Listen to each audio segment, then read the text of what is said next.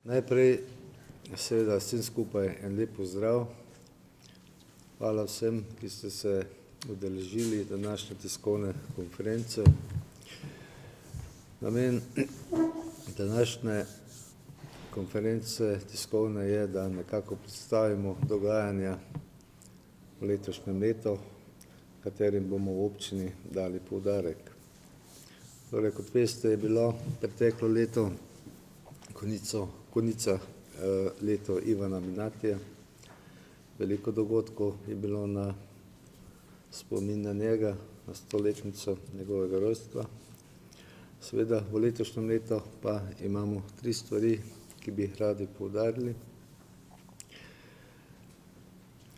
Torej, Konjice in to okolje ima veliko zgodovinskih in osebnosti in konec koncev tudi drugih osnovnih stvari. In letošnje leto poudarjamo 3 pomembnim stvarem. Torej, 860-letnica Žičke kartuzije, 100-letnica smrti velike dobrotnice tega okolja Adelme von Weia in pa 70-letnico prve izdaje pesmi Huda mravljica v knjižni obliki.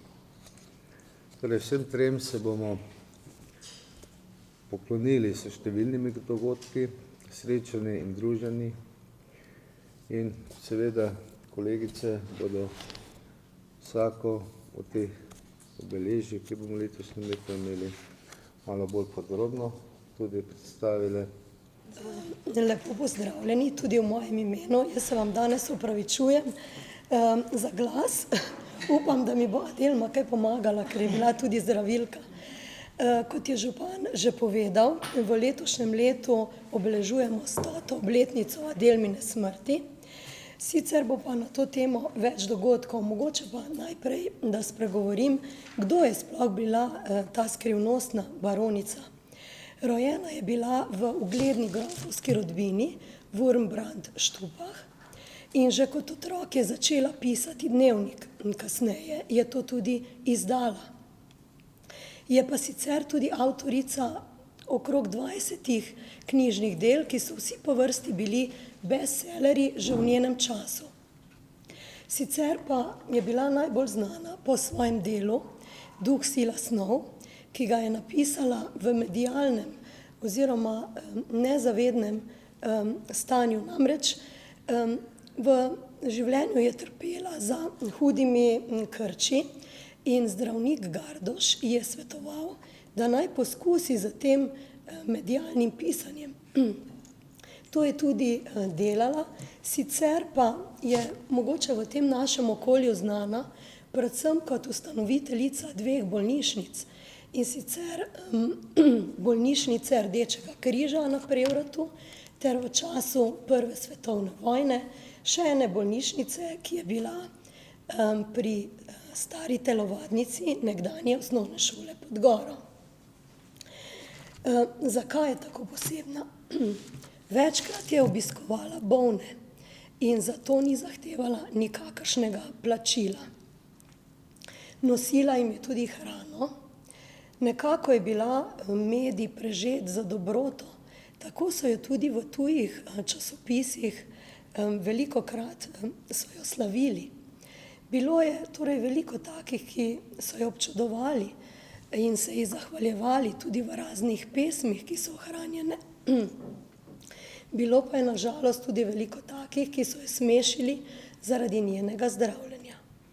Ampak kljub temu lahko rečemo, da Adelmin duh živi naprej. V Konjicah je namreč živela med leti 1867 in 1925.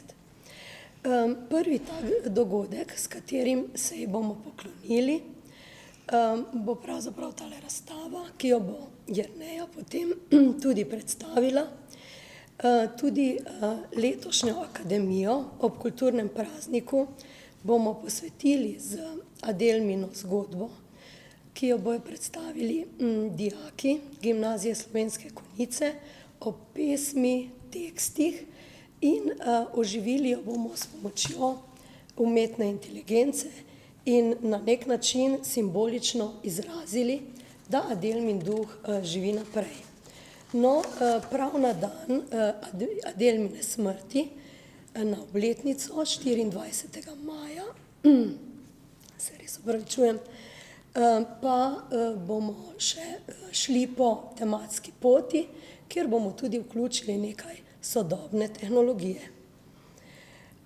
V naših konjiških dnevih pa bo še predstavitev drugega dela knjige, monografije o Adelmi. Kot je že povedala magistrica Aleksandra Boldin, 4.2.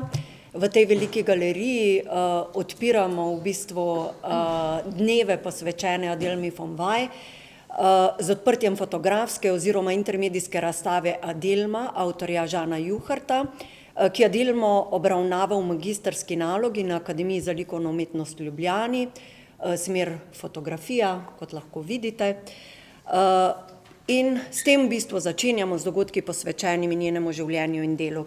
Na odprtju razstave bo Žan predstavil svoj pogled na Adelmino življenje in delo, s katero, kot pravi sam, ne ponuja odgovorov, temveč odpira vrata v svet, kjer vprašanja še vedno odmevajo v praznini, v temnih prostorih in sencah, ki jih morda nikoli ne bomo v celoti razumeli. Zdi se mi taka lepa predstavitev v bistvu bistva njegove razstave, to, kar je zapisal. Poleg razstavljenih fotografij bo na ogled postavil tudi 3D model njenega dvorca in s pomočjo umetne inteligence Adelmine kolorizirane portrete, ki bodo vidni na projekciji. Tako da lepo vabljeni na odprtje razstave 4.2. ob 18. uri.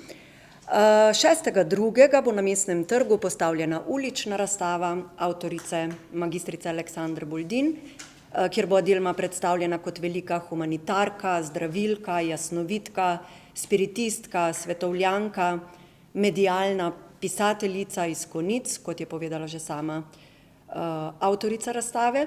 Dan kasneje, 7.2. ob 19. uri, pa ji posvečamo tudi osrednjo akademijo ob slovenskem kulturnem prazniku, za katero dijaki gimnazije Slovenske Konjice pod njenim vodstvom pripravljajo torej osrednji kulturni program. Še nekaj o akademiji. Na akademiji bo osrednji govornik Tadej Drobne, sicer dirigent konjiške godbe na pihala. Verjetno pa vse najbolj zanima, kdo so letošnji nagrajenci ob slovenskem kulturnem prazniku. To so Andreja Obrul, glasbena umetnica, sopranistka, pevska pedagoginja in raziskovalka pevske literature, ki s svojim delom pomembno prispeva k razvoju in prepoznavnosti glasbene in pevske umetnosti, tako v lokalnem okolju, kot tudi širše. Med drugim je kot prva vokalna izvajalka izvedla pesem Geisterlied Adelme von Vaj, posnela tudi samospeve Brede Šček na poezijo doktorja Ivana Rudolfa in samospeve Nekoga moraš imeti rad in Ko mislim nate na poezijo Ivana Minatija ob 100-letnici rojstva našega pesnika, urednika, prevajalca, nenazadnje tudi častnega občana naše občine. Potem je nagrajenec tudi Matej Nareks, fotograf, za fotografsko in dokumentarno delo ter ohranjanje vizualne kulture dediščine slovenskih konic. Matej Nareks na nezaviden način opravlja delo kronista, ki fotografira in dokumentira ključne trenutke in spremembe, ki so oblikovali razvoj konic, vse od mestnih dogodkov in prireditev, portretov lokalnih osebnosti, razvoja infrastrukture, sprememb v okolju, običajev, slovesnosti do praznovanj in vsakdanjega življenja. Tretji nagrajenec pa so Mladinski center Dravinjske doline za projekt Kul klub, gre pa za uspešno izveden projekt z namenom krepitve kulturnih vsebin s posebnim poudarkom na vključevanju ranljivih skupin in mladih.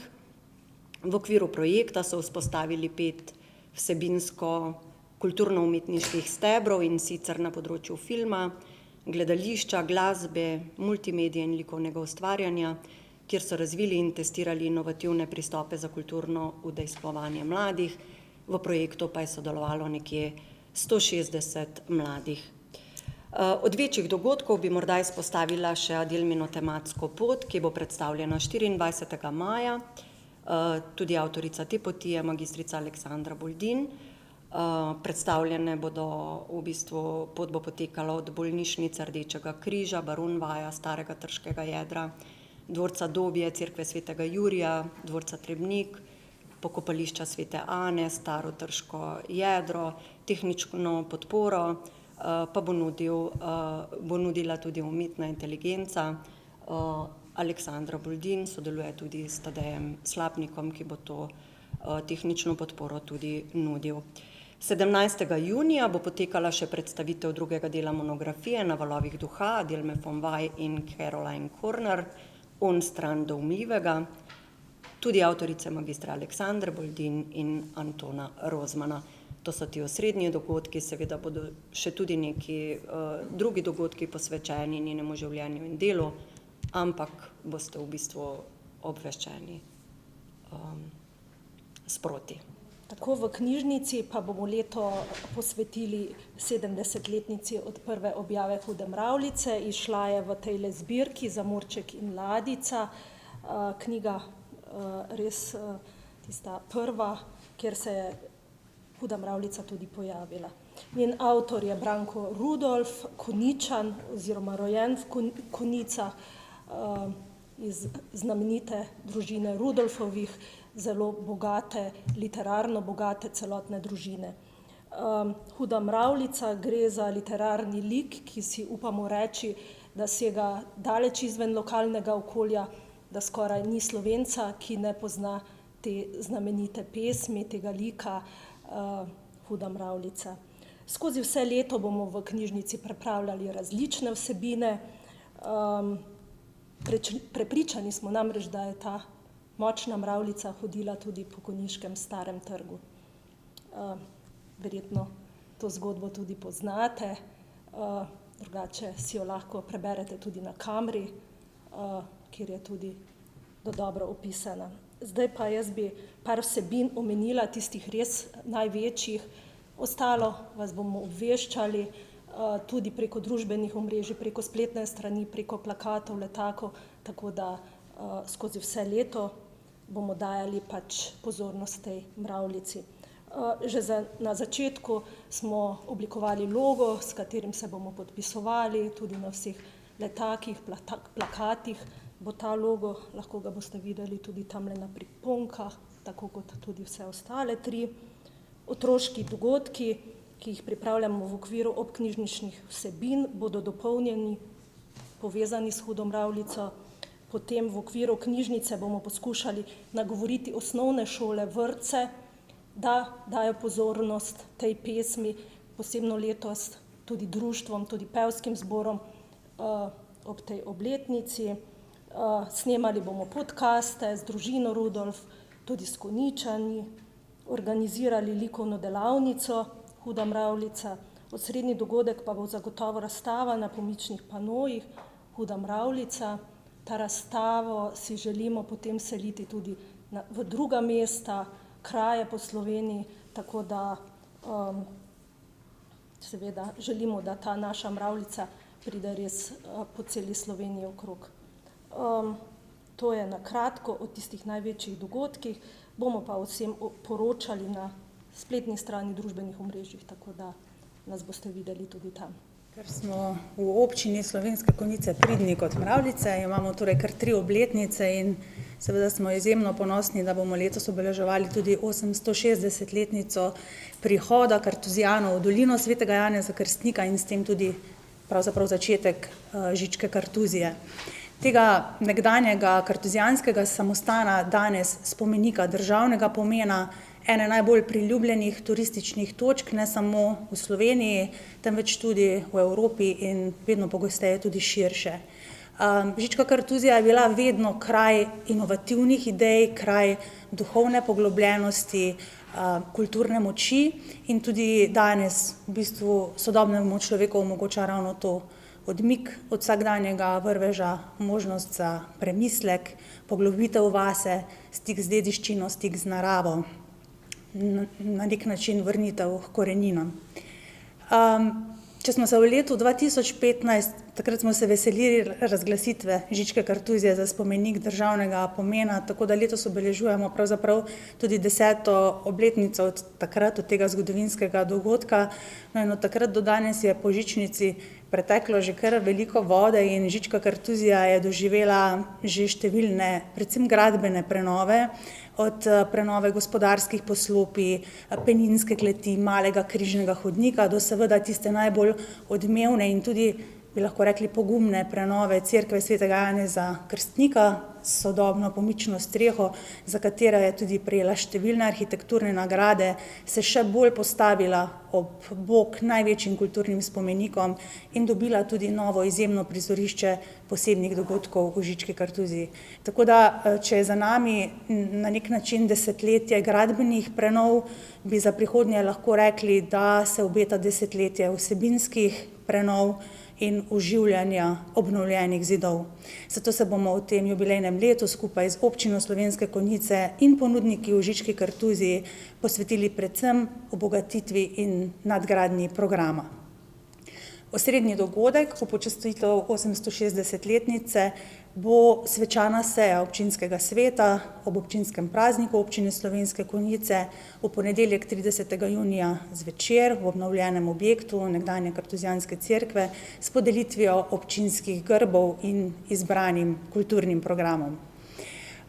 Že spomladi bomo gostili razstavo ob 150-letnici rojstva dr. Avguština Stegenška, prvega slovenskega umetnostnega zgodovinarja in duhovnika, ki velja na nek način za pionirja raziskovanja slovenske sakralne umetnosti in umetnostne zgodovine, ki je v svojem topografskem delu Konjiška dekanija, katerega faksimile je Občina Slovenske Konjice tudi izdala v letu 2010, v veliki meri obravnaval tudi Žičko Kartuzijo. V sklopu Konjiških dni, torej v juniju, pripravljamo poseben vinsko-kulinarični festival, ki bo združeval kartuzijansko izročilo, vrhunske vinarje tega območja in izbrano kulinariko.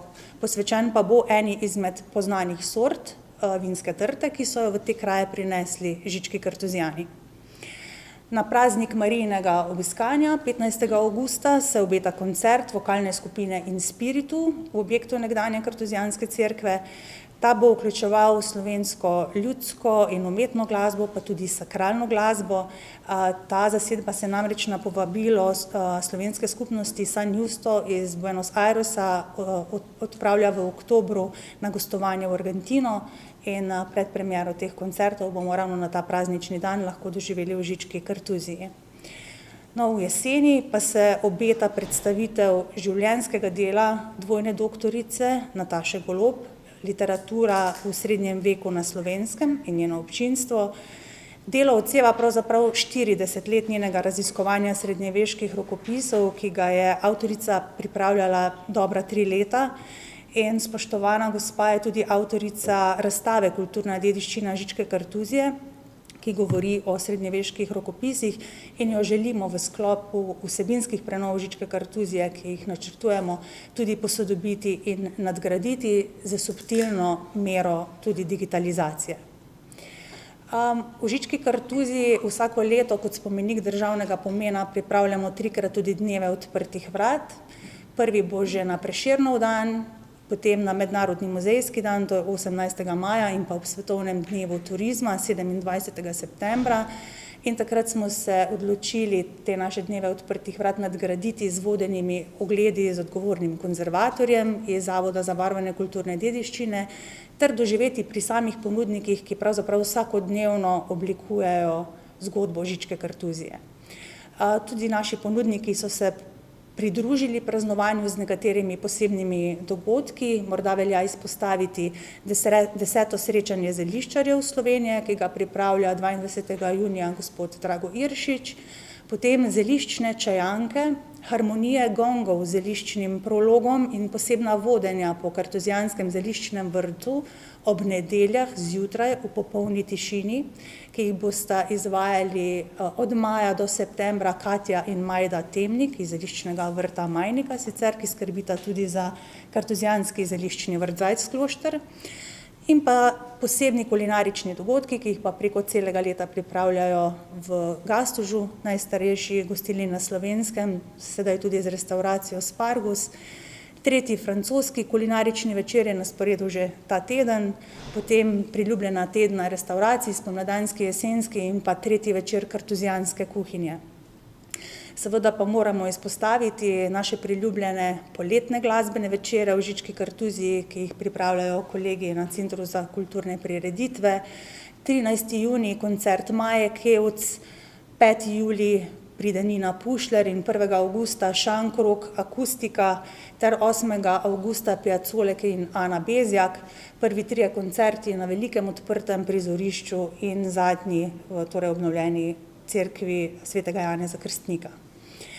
Obeta se tudi 21. festival lepopisja, letos seveda posvečen 860-letnici Žičke kartuzije 10. oktobra in pa teden prej, 2. oktobra, v objektu nekdanje cerkve tudi zaključna razstava likovne kolonije na Trebniku, mladih likovnih umetnikov, ki jih že tradicionalno vabimo v naše kraje. Skratka, čez celotno sezono pa bomo pripravljali tudi razne delavnice, predavanja, tematska vodenja, druge dogodke, ki bodo obiskovalcem na nek način približali kartuzijanske vrednote ter njihov način življenja. Tako da naša zasnova programa temelji ravno na tej želji, da Kartuzijo približamo ljudem, ne samo kot zgodovinski spomenik, temveč kot prostor za druženje, za ustvarjanje in za učenje. Hvala lepa. Iz vsega navedenega lahko sklepamo, torej, da bo kulturno življenje v občini po letošnjem letu izjemno pestro. Jaz se že zdaj vsem zahvaljujem za vso energijo, ki ste do sedaj vložili, oziroma za vse tisto, kar bo še sedaj narejeno, da bo do te realizacije te stvari prišlo. Torej, jaz sem izjemno vesel, da je temu tako.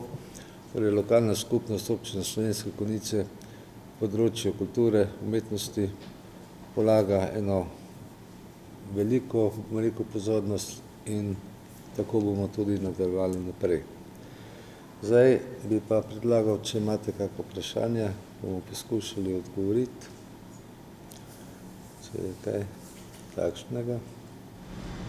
Mogoče še z vašega vidika pomenu Žičke kartuzije same kot gonilo tako kulturnega dogajanja, kot tudi sicer recimo tega turističnega vira. Žička kartuzija ima izjemno zgodovino, torej, ne, in seveda so spoštovanje do tega, do vloge, ki jo je imela, pomembno je vplivala na te kraje. Ne. Sedaj v tej fazi rad poudaril to, da smo mi sedaj v 5 letih vložili skupaj seveda z državo preko 3 milijone evrov v njeno revitalizacijo, da smo jo ohranili tudi za bodoče rodove, ker stanje je bilo slabo.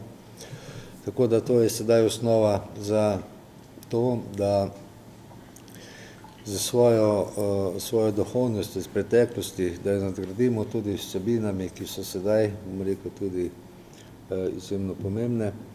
Kar se pa tiče tega pomena za turizem, ja, zagotovo je, torej mi se veselimo povečanega obiska, ki je.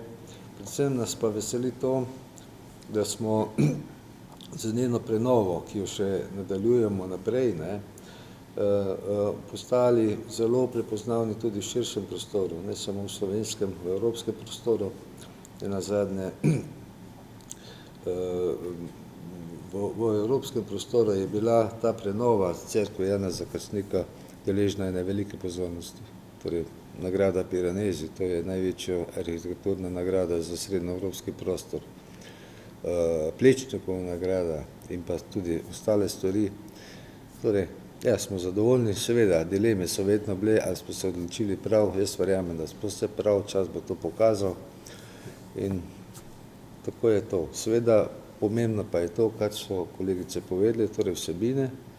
Mi imamo resne namene, bom rekel, te vsebine poglobiti z nekimi bolj zahtevnimi stvarmi. Tako da ja, naredili bomo to, konec koncev, veste, tudi občina samo za vzdrževanje, funkcioniranje te nove vsebine namenja kar nekaj denarja in tako se mi zdi, da je tudi prav. Torej denar, ki ga vlagamo v kulturo, umetnost, ni nikoli zapravljen denar, je naložba. Koliko pa je več turistov zdaj na zadnjih letih po obnovi? V primerjavi z lanskim letom smo zabeležili 1200 več prodanih vstopnic, s tem pa, da tukaj notri gre zgolj za prodane vstopnice, potem je pa potrebno temu prišteti te dneve odprtih vrat, ki jih organiziramo, poletne glasbene večere, ki privabljajo številne obiskovalce najstarejše gostilne Gastuž. Tako da ocenjujemo, da vse skupaj je pa okoli 20 000 obiskovalcev, nekje od aprila do konca novembra v Žički Kartuziji. Potrebno pa je tudi vedeti, da gre za specifičen spomenik, da ne gre za lokacijo, ki bi prenesla množičen obisk, torej da bi si želeli tam res poplave obiskovalcev, ker želimo obiskovalcem ponuditi ravno to mir, tišino, odmik od res tega vrveža in to z množičnim turizmom ne moremo doseči. Zato si želimo ponudbo nadgrajevati v tem smislu, da dodajamo dodano vrednost, izkušnje samemu obiskovalcu, ki tja pride, ne pa toliko na množičnosti, za katero so včasih, no, če tako rečem, v bistvu vsi rečejo, koliko je povečan obisk, ne, pa v bistvu to v sodobnem času ne bi smelo biti več edino merilo, ne. Gre za neko dodano vrednost, ki jo obiskovalec na določeni lokaciji doživi. Že pa rekli ste, da je pač povečan. Ja. Sem vprašala, koliko pa ste potem prodali kam? 15 000, da ne grem v čist detajl. Mogoče še ko ravno gledamo tale hotel tudi zraven, kako se menimo o turizmu, kaj mogoče veste, kaj se dogaja s hotelom? Ta hotel je v lasti znanega lastnika že 10 in več let.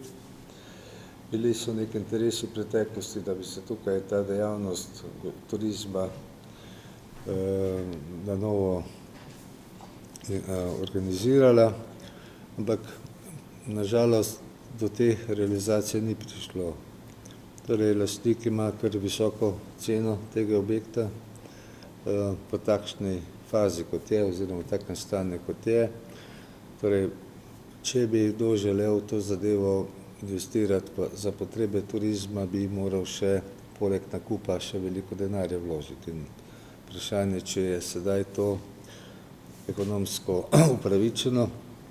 Mi smo bili z lastnikom večkrat tudi v kontaktu, smo se pogovarjali, iskali neke rešitve, ampak trenutno zadeva pač stoji, tako kot do sedaj.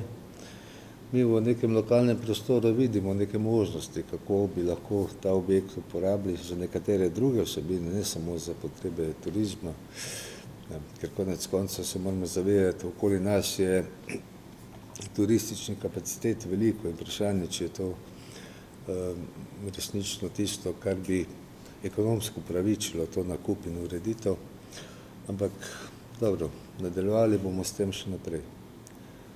Trenutno je pa stanje tako, kot je, čeprav objekt znotraj, kot je, kot sem si ga ogledal, niti ni tako slabem stanju, je razmeroma dobre stanje, je ohranjen, ampak moja ocena je, da bi za to, če bi hoteli to spraviti v turistične namene, tako kot je bil prej, bi bila potrebna investicija najmanj 5 milijonov evrov. Kako če bi tisto, ko vi pravite, da bi imate To pa nič kaj veliko manj, ampak bi bile mogoče vsebine drugačne in bi tudi ekonomsko bile bolj upravičljive. kakšne vsebine pa? Mogoče kakšna varovana stanovanja te oblike ali pa ne vem, torej v neke zdravstvene, ne vem kaj, torej neka kombinirana vsebina, ker to ni mali objekt, to je velik objekt. Ne. Tako da, glejte, lastnina je marsikdaj tudi breme. Tudi imamo v občini kar nekaj takih primerov, ko lastniki nekaj kupijo nekoč poceni za mali denar, potem pa zmanjka niti, ne, da bi se stvari do konca pripeljale.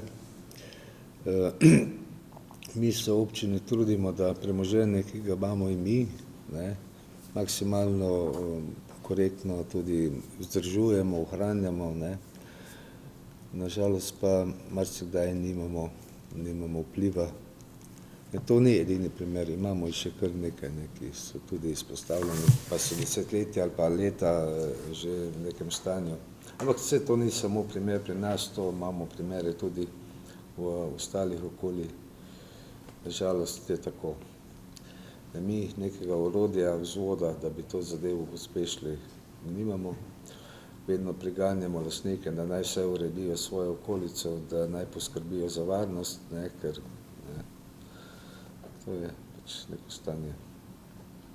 Bi pa bili veseli, če bi kdo prišel to kupu pa uredil tako, kot je. Seveda se moramo pa vedno tudi vprašati, ta hotel je pred časom bil dober hotel, je funkcioniral, vprašati se moramo, zakaj je danes v takšnem stanju, kdo je za to kriv, da je takšen, kot je. Sem še tole te nočitvene kapacitete v Trebniku, to pa je dosti koriščeno, mislim, kakva je obiskanost zaseda? Ja, z temi, torej 8 sobami upravlja naš turistično-informacijski center, v bistvu z zunanjo koordinatorko, prisotni smo na vseh teh rezervacijskih sistemih, prepoznavnih, imamo tudi lastni rezervacijski sistem in v lanskem letu smo zabeležili 1300 nočitev v teh 8 sobah, kar ocenjujemo kot solidno, glede na to, da gre res samo za 8 sob, torej nekih večjih skupin ne moremo namestiti, zelo veliko pa gostimo v bistvu tujcev, tudi recimo poslovnih gostov naših podjetij, tudi delavcev v določenih podjetjih, ki prihajajo recimo na določeno vzdrževanje v podjetja.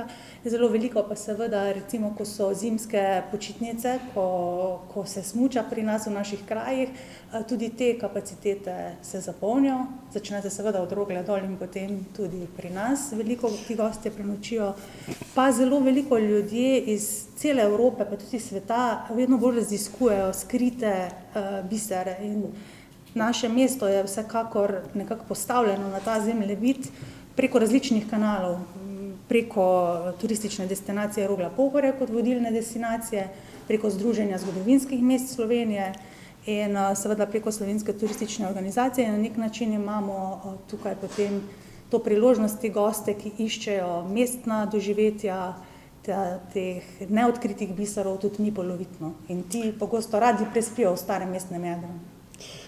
Da ne bo razumljeno, torej v občini Konjice imamo 21 ponudnikov, ki ponujajo prenočišče. V preteklem letu je bilo realizirano preko 8000 nočitev v občini kot taki. Tako in to se tudi število se tudi, povečuje. Torej, ko sem jaz prevzel županovanje, smo imeli mi zbrane turistične takse za 4-5 tisoč evrov, zdaj je že to blizu 20 tisoč evrov. Torej, to se povečuje. Seveda moramo se zavedati, hotel stari je imel svojo namembnost, je imel svoje lastnike, to je funkcioniralo drugače. Torej, danes, če to bazira čisto na ekonomskih temeljih, se moramo vprašati o tem, ali je to ekonomsko upravičeno, oziroma se bo vsak to vprašal, ker tisti, ki so to že počeli, ki so imeli namen, so potem dvignili roke. Torej, to pač je.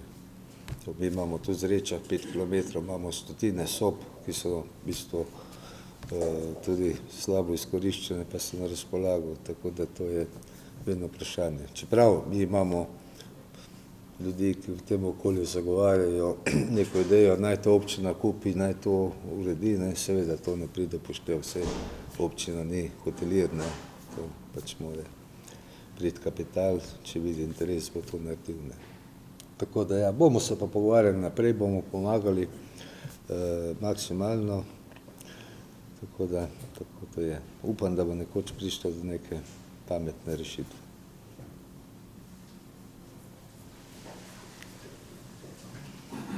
To? Hvala lepa še enkrat. Resnično sem vesel, da so se tako število zbralo danes tukaj.